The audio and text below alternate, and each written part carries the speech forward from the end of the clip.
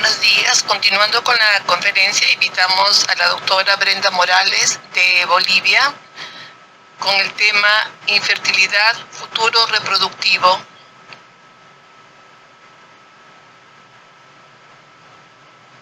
La doctora Brenda Morales es secretaria de la región andina,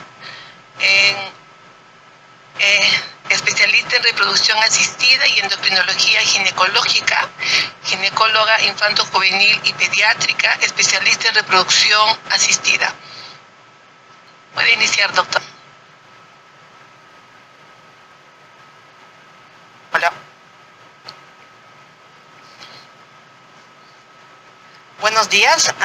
Agradezco la organización y quiero decirles que lo que voy a hablar ahora tal vez sea un problema de aquí en Alogia 2050.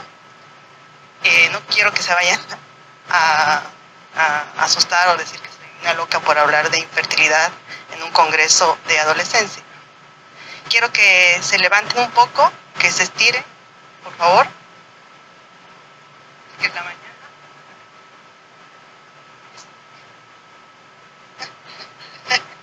Bueno.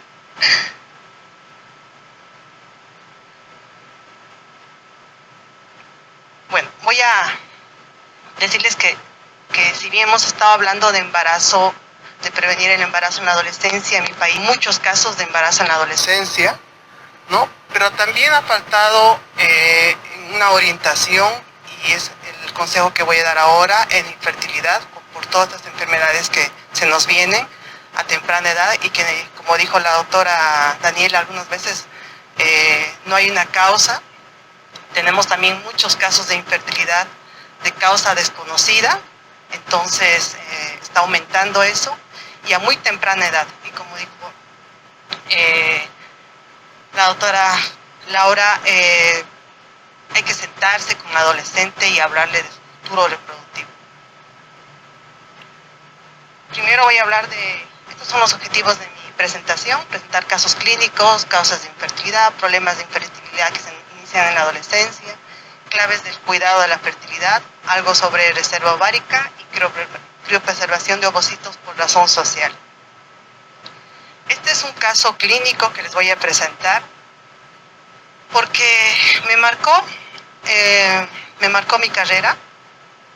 Además que yo estaba muy joven, me tocó este caso. Yo estaba feliz de iniciar con ginecología infanto-juvenil y con fertilidad. En fertilidad me iban a dar, y hasta ahora soy encargada de evaluar a las pacientes que van a hacer donación, y también soy encargada de las parejas que son muy jóvenes y que están buscando embarazo. Entonces, esta paciente de 20 años, recién egresada en el último año de la carrera de Derecho, de Abogacía, de clase media baja, pero vinieron a consultarme con su futuro esposo, porque ya se iban a casar. Su esposo creo que 10 años mayor que ella, y porque nunca utilizaron métodos anticonceptivos y tampoco ella cayó embarazada. Inició relaciones sexuales a los 14 años, menarca ausente hasta la fecha. Ella me dijo que se hizo varios estudios ginecológicos, inclusive le hicieron PAP 2 veces. Me dijo, pero ella no había acudido a un lugar que le producía confianza, porque en ese entonces estaba con clase baja, de acostado. Ella trabajaba y estudiaba, ¿no?, para poder lograr su carrera. Por eso me acuerdo bien de ella, nunca me voy a olvidar. Tenía 70 kilos, talla 1,73, fenotipo femenino, mamas Tanner 4, axilas ausencia de vello, refiere que nunca se depiló, pubis escaso vello, refiere que no se depila. En el examen especular era dificultoso, encontré un fondo de saco, no me imaginé cómo le hicieron los Papá Nicolau en realidad. Ausencia de cuello uterino, no se logró palpar el útero para nada. Esta es ella, yo le pregunté y me dijo, sí, doctora, por favor, sáqueme una foto, quiero que lo publique. Exámenes solicitados, los que pude solicitar porque no podía cubrirlos con todos, en ese entonces era una consulta privada. FSH 4.4, estradiol 34, testosterona 100, prolactina 12, TSH 2.4 y T4 libre 1.5 para descartar tiroides. Ecografía, ausencia de úteros y ovarios. Siempre pido otra ecografía o hago yo la ecografía y realmente no había ni útero ni ovario. Pudo hacerse una resonancia magnética y ausencia de útero y ovario.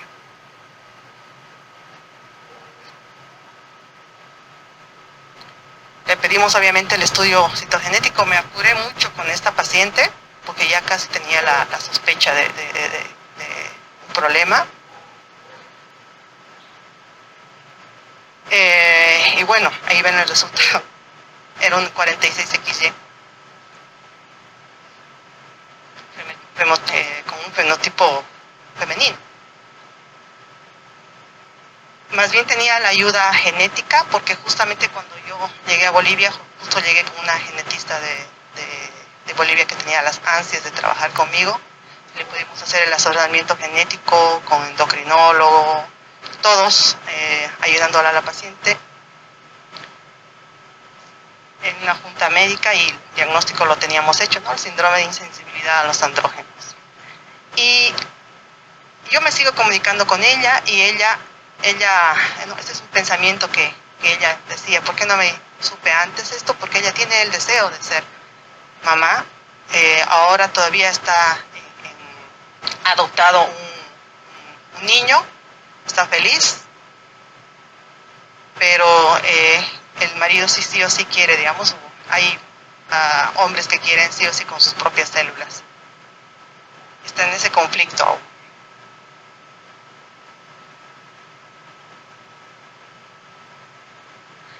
Aquí tengo otra paciente de 23 años de edad, ambos estudiantes de medicina, seguimos con los estudiantes de medicina. Inicio de relaciones 15 años, uso preservativo a veces, la FSH 14. En esta paciente hicimos un recuento de folículos antrales, donde no había un volumen disminuido del ovario y menor cantidad de folículos para la edad que tenía. Ellos vinieron en busca de embarazo, ¿no? Porque se dieron cuenta que iniciaron relaciones sexuales, nunca usaron protección, tenían el deseo de ser papás, tienen el deseo. Y llegamos a hacer 2 ciclos de fertilidad con ciclo natural. En estos casos es mejor no usar FSH recombinante, no estimularla tanto, más pocas dosis hacen que en una fertilización pueda haber un óvulo de mejor calidad, que inducir con alta cantidad de FSH, donde no nos va a servir la respuesta va a ser al usar una mínima cantidad de FSH en la respuesta ovárica, y algunas veces logramos mejor calidad de óvulos, y haciéndolo en un ciclo natural, como había hablado la doctora, algunas veces hay igual respuesta de los óvulos. Entonces sí, ha sacado en 2 oportunidades 2 óvulos buenos, pero bueno, ha sido un resultado negativo. Aún siguen pensando hacer ovodonación. Ellos tienen la ilusión de poder hacerlo con sus propios óvulos y tienen todo el deseo de ser padres. Me decía, ¿no? Si recibía la información hubiera vitrificado mis óvulos antes de comenzar a estudiar medicina.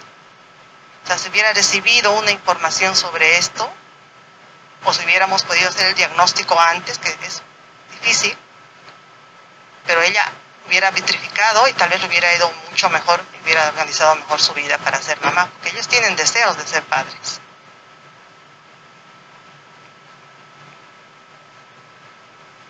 Y bueno, y tengo varios casos, ¿no? Adolescente de 19 años se realiza cirugía laparoscópica de emergencia por embarazo ectópico de trompa derecha, antecedente de embarazo ectópico, perdón, la descripción, hacia otra diapositiva. tronco izquierda hace 3 años y solamente usaba un anticonceptivo oral. Pero bueno, esta paciente ya perdió su fertilidad.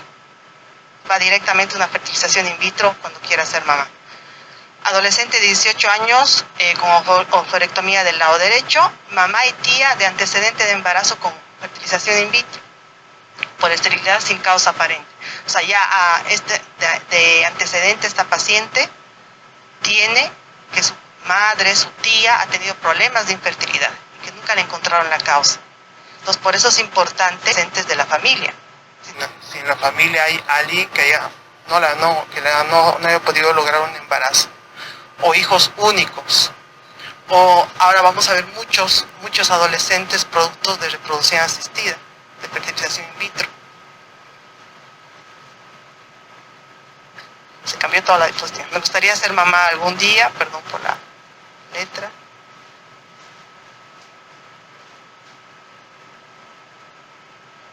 Si hubiera recibido información, perdón por la letra, se cambió la diapositiva. Me hubiera gustado, decía, saber más de información para lograr el embarazo. Y también hay adolescentes que dicen que han recibido la información y que por más de que ya tienen el diagnóstico, en sus planes no está ser mamás, y es muy respetable eso, pero tienen que saberlo. O que cambian su objetivo de vida porque ya tienen el diagnóstico en su mano. Entonces pueden hacer lo que quieran de su vida y no específicamente su objetivo ser mamá. Pero hay que explicarlo.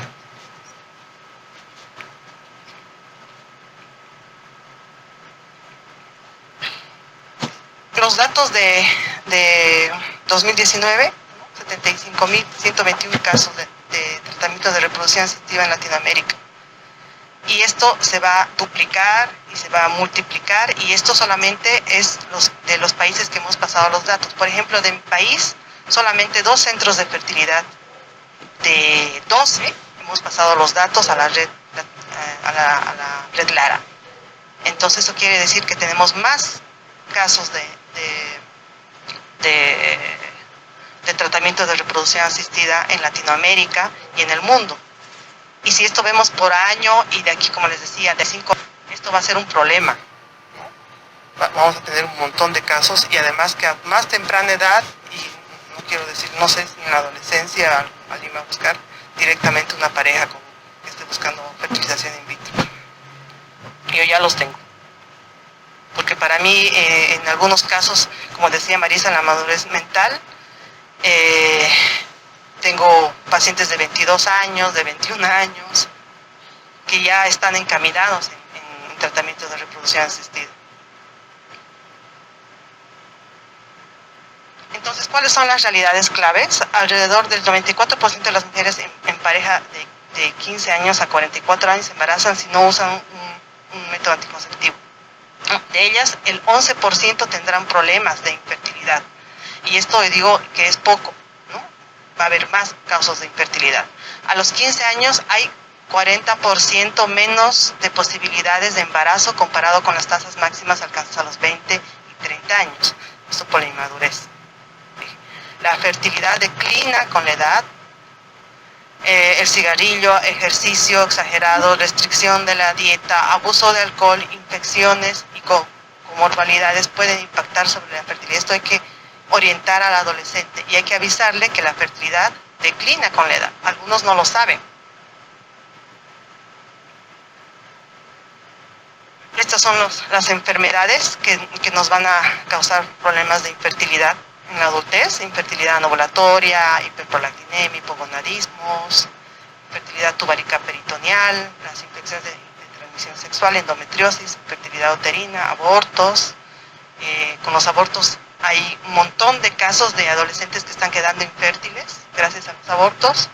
Infertilidad hormonal, los hipotiroidismos, que también son enfermedades que antes no se encontraban mucho, por lo menos en mi país. Ahora hay un montón de pacientes con hipotiroidismo e hipertiroidismo. Y los problemas que se inician en la adolescencia, como van a ver en las enfermedades, son casi las mismas.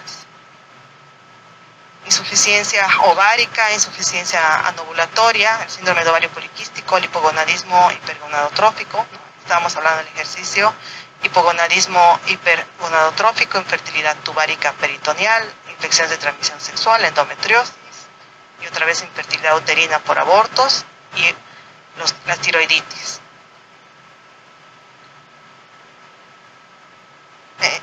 Ahora les paso unas claves que han sido publicadas, ¿no? Que ya habíamos hablado, la menstruación es el quinto signo vital, entonces tenemos que enfocarnos mucho en las alteraciones del ciclo menstrual para poder hablarle al adolescente que en el futuro puede tener un problema de... Si los ciclos irregulares se mantienen así, luego de la edad ginecológica, a los 16 años van a tener 2 veces más posibilidades de infertilidad estos adolescentes que el promedio en una década después. Por eso se debe evaluar más intensamente y con una visión en infertilidad. Tenemos que tener la visión de que hay infertilidad en este adolescente en su futuro. O sea, tenemos que recomendarle al adolescente que puede haber una infertilidad, que vaya pensando en su futuro reproductivo. En disfunción ovulatoria con peso normal, el 15% tiene riesgo elevado para infertilidad. Aunque tenga el peso normal, ya hay una disfunción ovulatoria y eso a futuro nos puede causar una infertilidad. De las dismenorreas que van a hablar todo el Congreso, ¿no? El diagnóstico de endometriosis si se retrasa por 2 años, aumenta en un 30% el riesgo de infertilidad.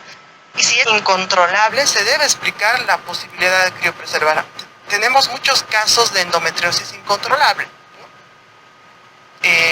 Tengo pacientes así y sé que vamos a hacer una laparoscopía, otra laparoscopía, otro tratamiento, y sé que en algún momento por ahí no van a llegar ni a los 30 años y se va a decaer gracias a la endometriosis su reserva ovárica, o va a tener un problema de implantación también.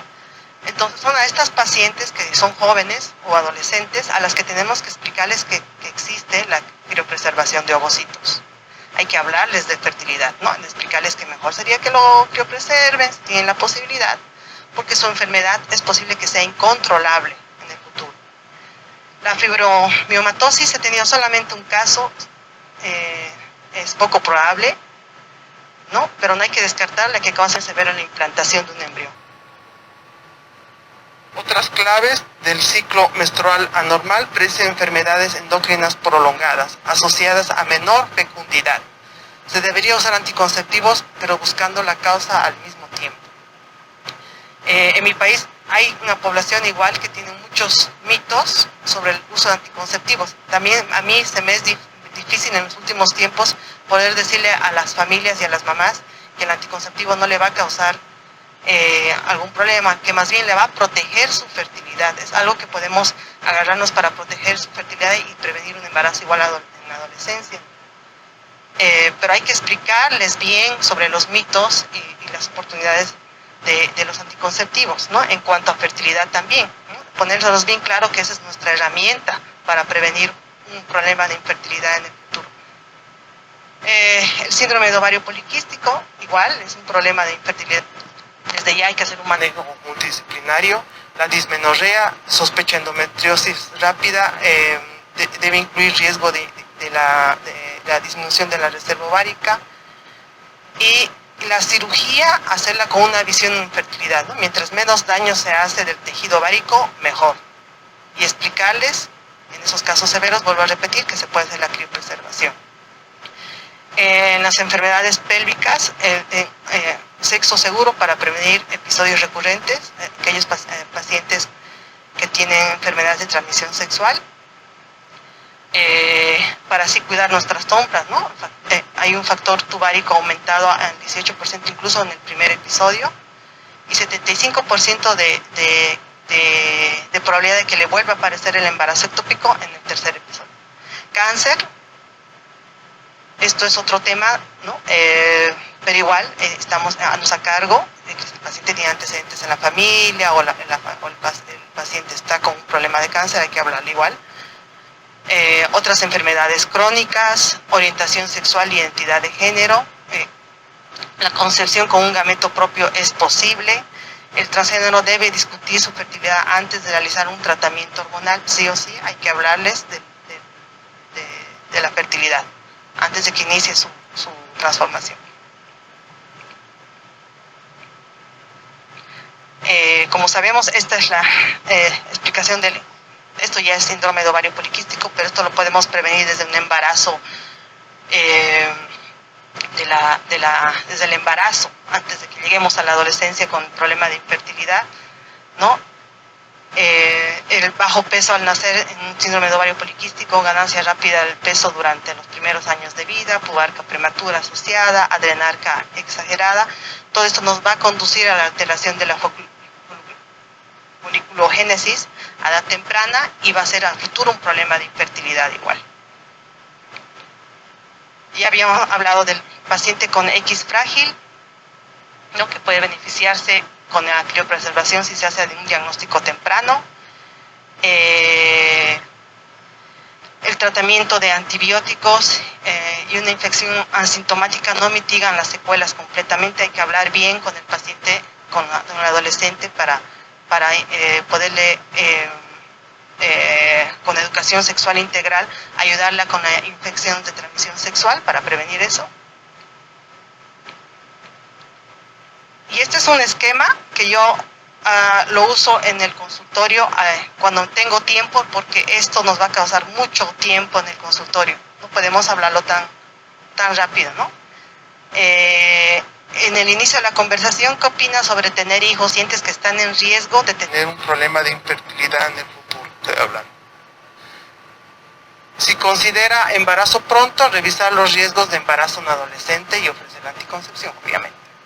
Si no está seguro o no quiere, hacerle saber que tiene tiempo para decidir. Proveer seguridad y empoderamiento, ¿no? La mayoría de las mujeres se embarazan cuando ellas quieren, ¿sí? Aquí hay algunas cosas que pueden hacer para mantenerse así. Tiempo correcto, no muy joven, no muy vieja. Peso correcto, no muy delgada, no muy pesada. Manera correcta, evitar infecciones de transmisión sexual, mantenerse saludable, entender tu periodo y tu cuerpo. Discusión adicional al referir a la fertilidad y cerrar la conversación, que si tiene alguna otra preocupación, ¿no? Enfatizar fertilidad, respetar su futuro no reproductivo, ¿no? Porque hay varios adolescentes que deciden no ser padres y hay que respetarlos, retirar la conversación, pero hay que hablarles. En cuanto a reserva ovárica, yo voy a hablar de la hormona, un poquito de la hormona antimulleriana, porque hice un estudio. Como ustedes saben, esta hormona en fertilidad nos ayuda mucho junto con la FSH y con la ecografía para descubrir la reserva ovárica. Este estudio yo lo hice en pacientes donantes, ¿no? En las donantes jóvenes, a partir de los 21 años ya pueden donar. Entonces medí la hormona antimulleriana y como ven hay en esta edad, por ejemplo, aquí puse 18 años, hay casos de hormona antimulleriana bajas, que lo hemos comprobado porque algunas veces no creemos en el laboratorio y realmente eran bajas. Entonces los pacientes vienen a donar y de pronto se encuentran con el diagnóstico de una insuficiencia ovárica. Lo mismo que cuando viene un adolescente varón a donar y se encuentra con una azoospermia. Ya se quedan como pacientes nuestros de adolescencia. Doctora, disculpe, le quedan 2 minutos. Gracias. Hay que explicarles de la vitrificación de óvulos. Esta era una encuesta de que si tienen intención de vitrificar algún día, si no tienen la intención, ¿por qué? O no se sienten con la amenaza de la edad. ¿Cómo se informaron de estos adolescentes de la criopreservación? O la gente, perdón. Por amigos el 50% y por el personal de salud 25%. Y en realidad tendría que ser mucho más por el personal de salud, la información de criopreservación, más que por amigos. Y mis conclusiones: los médicos en el área de la internet, redes sociales, deben estar bien informados sobre los mitos relacionados con la salud, sexo seguro, sexualidad no genitalidad. ¿Por qué digo esto? Porque si yo tengo que hablarle a mi paciente de que y decide ser padre o madre en un futuro y tiene un problema, por ejemplo, de endometriosis o insuficiencia ovárica, no le voy a mandar directamente a una fertilización in vitro a esta paciente, ¿no? Puede optar por tener relaciones sexuales y tal vez funciona la ovulación y pueden lograr su fertilidad. Pero me pasa algo, por ejemplo, en la consulta de fertilidad, no solamente en los adolescentes, que vienen a buscar embarazo y resulta que no tienen frecuencia de relaciones sexuales o no tienen la sexualidad, o sea, no disfrutan del sexo, pero tienen genitalidad. Y así realmente es muy poco probable que logren un embarazo, ¿no? En cualquier edad una pareja infértil consulta, sí, no puedo tener hijos, sí, pero tú tienes relaciones, y se quedan ahí pensando, sí, una vez al mes. Difícil que yo le pueda ofrecer una inseminación, una fertilización si la pareja no tiene frecuencia de relaciones sexuales. Entonces, lo mismo con el adolescente. Si voy a hablarles de eso y voy a tener que decirle que va a tener que adelantar si es que realmente quiere ser mamá su búsqueda, pues tengo que hablarles sobre la sexualidad, ¿no? Porque algunos tienen genitalidad, que no es lo mismo. Empoderar a los adolescentes con información para ayudar a preservar su fertilidad. Ya hemos hablado toda la charla sobre eso. Los médicos debemos mejorar nuestro conocimiento sobre fertilidad para que no tengan información de amigos, sino que de nosotros.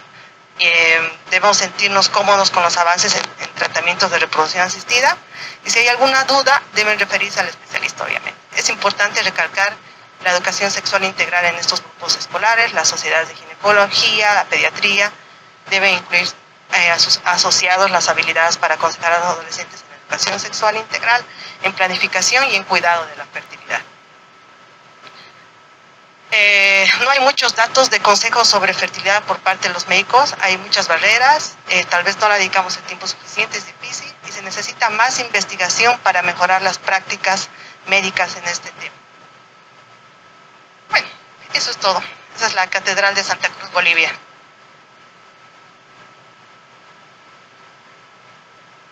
Bueno, invitamos por favor a la mesa para la pregunta a la doctora Daniela Capella, la doctora Laura Cesarato y la doctora Brenda Morales.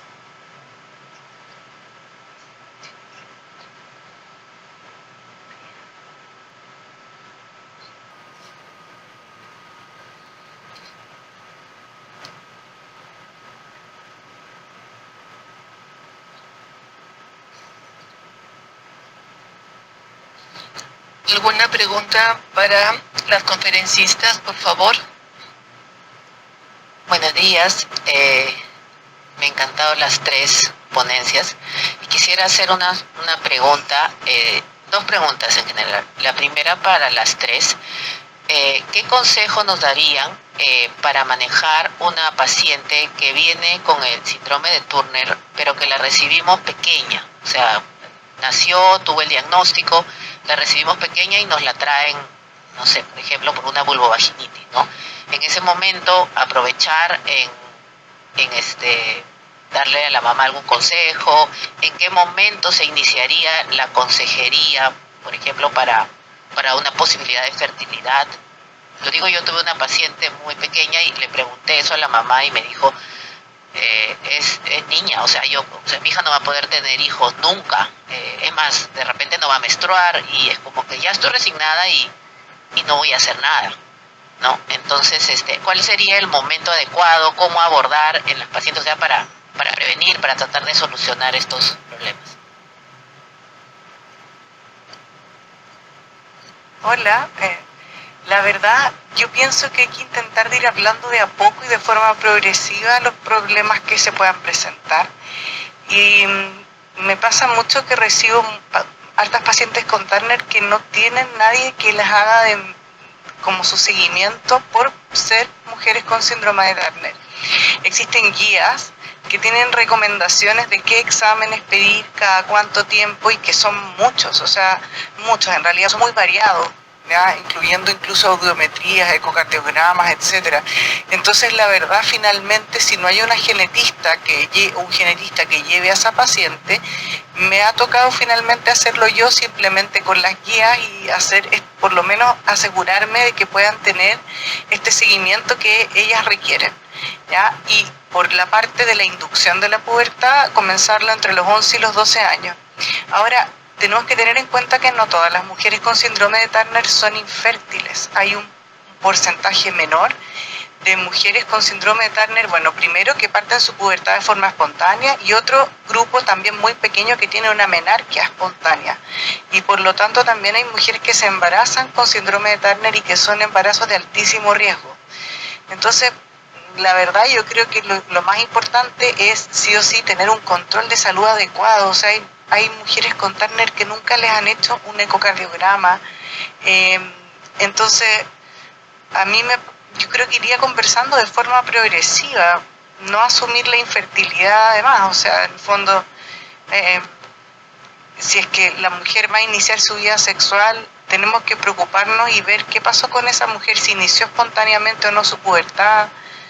La verdad yo lo veo más como algo progresivo y ojalá aprovechar de que están estas guías disponibles y poder agarrar a esa paciente, porque probablemente no siempre, por lo menos en Chile nos pasa en el sector público, que no hay nadie que tome a esta paciente y le haga como un seguimiento de todo lo que necesita. Además, para agregar, las pacientes con síndrome de Turner son normopeso. Entonces, en el tratamiento hormonal de reemplazo no corre lo que les conté de la menorrea hipotalámica funcional. Es más fácil. La inducción es una, que es la que vos dijiste, y después sostener el tratamiento. Son normopeso. Es otro capítulo. Y lo de la fertilidad, ¿en qué momento hablarle? O sea, si es que hacer un estudio de fertilidad o esperar nomás a que llegue a la vida adulta, las que menstruan, por ejemplo, ¿no? Eso es bueno conversarlo con la familia, porque me está hablando de una niña muy chiquita o de adolescente, por ejemplo, en la adolescente que ya menstrua, por ejemplo, ¿no? Que ha iniciado su menstruación espontánea. Sí, hay que hablarle de fertilidad en la adolescencia, pero con pasos, ¿no? No se le puede hablar directamente de su problema de fertilidad. Además, lo que hay que encaminar es el empoderamiento, como decía, de las adolescentes, porque puede ser que decida ella no ser mamá. O sea, hay que hablarlo juntamente con un psicólogo. ¿Cuál es el objetivo de vida? ¿Cuál es el objetivo de vida? Porque no lo es todo la fertilidad para el adolescente, ¿no? Puede tener muchos otros objetivos en su vida, entonces hay que encaminarlo por ese lado, hay que empoderarle, más que decirle directamente tú no vas a ser mamá, sino hay que empoderarlo con otros objetivos en su vida, ¿no? Por ahí más hacer un comentario, ¿no? Que el adolescente, por ahí no, seguramente no le preocupe en este momento la fertilidad, y tenemos que tener mucho cuidado cuando nosotros hacemos una consulta con un adolescente de las cosas que nosotros creemos que son importantes y escuchar lo que ella cree que es importante, ¿no? Porque está en un momento de crecimiento, está en un momento de otros intereses, entonces realmente no tenemos que generarle tampoco problema que no está teniendo. Entonces la escucha activa, empática. Entiendo también que hay somos de distintos países con distintas culturas, y entonces no es lo mismo las cosas que vos contás de Bolivia. La verdad que en Argentina es muy raro que una chica de 20 años quiera tener un hijo, salvo que sea muy religiosa, que hay grupos religiosos que se casan muy jóvenes, etcétera, pero no, es raro que hoy en día, es más, te diría que la de 30 no quiere saber de nada tampoco, y ahí sí por ahí empezar a asesorar un poco más del tema de la criopreservación, etcétera. Pero tenemos que tener mucho cuidado de generarle un problema donde esa paciente no lo tiene, digamos, ¿no? Entonces, bueno, ojo con lo que vemos y insisto en la escucha empática, en la escucha atenta de lo que la persona que nos viene a ver nos está pidiendo y no de lo que nosotros tenemos en nuestra cabeza. Y con respecto al Turner, que acuerdo con lo que dijeron mis colegas, pero también aprovechar que se puede poner en un equipo de endocrinología pediátrica para hacer que crezcan más, porque son chicas que entonces se les puede dar hormona de crecimiento y ir trabajando en las distintas etapas. No es un tema la fertilidad que le preocupe en ese momento, y tampoco, entonces por ahí ocuparse de que crezca un poco más, de que vaya entrando en la pubertad, etcétera, y aprovechar esa oportunidad para asesorar a los padres en todas las posibilidades que hoy en día existen, sobre todo para su crecimiento lo más parecido a sus padres. Gracias, Lucy. Queremos hacer unos comentarios por aquí. Yo quiero hacer un comentario. Sí, creo que hay una salvedad. Estoy muy de acuerdo con que es muy difícil conversar de fertilidad con un adolescente, por ejemplo, con un diagnóstico de IOP, ese pensamiento todavía. Pero la verdad es que las últimas guías ya recomiendan ofrecer preservación de fertilidad al momento del diagnóstico, porque es el momento en el que pueden quedar un poquito de ovocitos. Entonces, si bien, claro, solo por eso quiero dar como solo que en las mujeres con IOP de reciente diagnóstico, creo que sí hay que conversarlo para poder ofrecer, porque es una ventana muy pequeña en que uno podría eventualmente rescatar algo. Solo eso. Tomo y refuerzo, lo que dijo Marisa, que nosotros en consultorio de gineco infanto juvenil y de adolescencia veamos a la nena con síndrome de Turner, hay una falla. Se la tragaron, porque esa nena la diagnosticaron a los 3 años, la tiene que haber diagnosticado el pediatra, porque no crecía, entonces le pidieron una TSH y entonces apareció el hipotiroidismo, le corrigieron el hipotiroidismo y no creció, entonces le pidieron el cariotipo y entonces ahí seguimiento. Así que es poco probable que nosotros nos encontremos con esta paciente. Exacto, sí, sí.